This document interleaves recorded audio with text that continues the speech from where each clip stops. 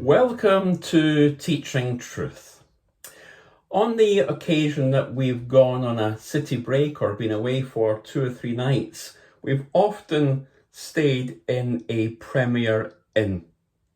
Throughout the UK, there are many Premier Inns. It's very easy to find one. And the Premier Inns are known for their comfort, and we've enjoyed many a stay in a Premier Inn. Well, there was certainly no Premier Inn in Bethlehem. In fact, there was no room at any inn, let alone a Premier Inn. And we come today in our reflections as we look at the different characters of Christmas to meet the innkeeper. More of that in a moment. To put this in context, Mary, who is about to give birth to baby Jesus, and Joseph made the journey toward Bethlehem on a donkey. They wouldn't have the modern conveniences that we have today that make journeys bearable. And so in many respects, physically, mentally, emotionally, the journey that Mary and Joseph took towards Bethlehem must have been an unbearable journey. Therefore, against that backdrop, imagine how Joseph felt after knocking on the door of the inn and asking expectantly, "Do you have any rooms for my pregnant wife and I?" Well, you don't have to be a Greek scholar or a theologian to understand the frustration at the words that came back at him. 5 very simple words. No room at the inn. No room at the inn. Just put yourself again in the shoes of Mary and Joseph. They wouldn't be feeling the Christmas cheer and the joy of that first Christmas. Far from it. Mary would have been tired, would have been weary.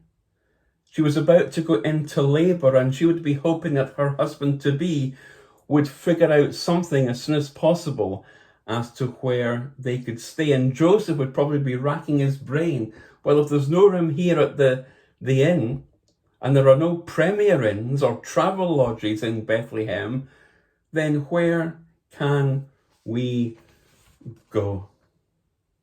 Where can we go?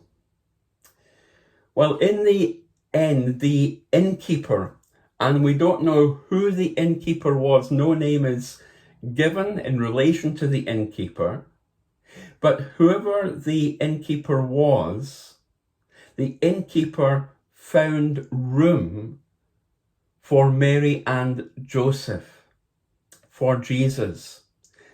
The innkeeper found room in the stable. And the stable in those days would be a dank, dirty, straw-filled place. It would not be a nice place at all. But after a long, long journey, it was going to be better than nothing. The innkeeper found room. Quite simply, the challenge to us today is this. Will we, like the innkeeper, find room for Jesus? Or will our first reaction be no room at the inn, no room in my heart for Jesus? The innkeeper is mentioned very, very briefly in the Christmas story. But the innkeeper found a place for Mary and Joseph and for the baby Jesus to be born. The innkeeper was part of God's great plan. And God probably worked in the mind and the heart of the innkeeper to Yes, take sympathy on this young teenage couple who'd travelled the 90 miles to get to Bethlehem. And God had probably said to the innkeeper, give them that place, that area in the stable. God worked in the heart and in the mind of the innkeeper. Is God working in your heart and mind today?